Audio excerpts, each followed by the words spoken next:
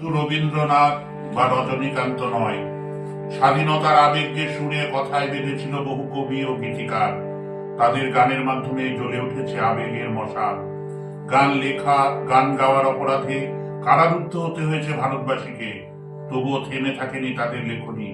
ভারতবাসীকে এক হয়ে কাজ করার জন্য মাতৃভূমির আহ্বান শুনে ভারত মাতাকে পরাধীনতার শৃঙ্খল থেকে মুক্ত করতে জ্যোতিরিন্দ্রনাথ দেশের সন্তানদের উদ্দেশ্যে বললেন, চল রে চল সবে ভারত সন্তান, মাতৃভূমি করে আহ্বান।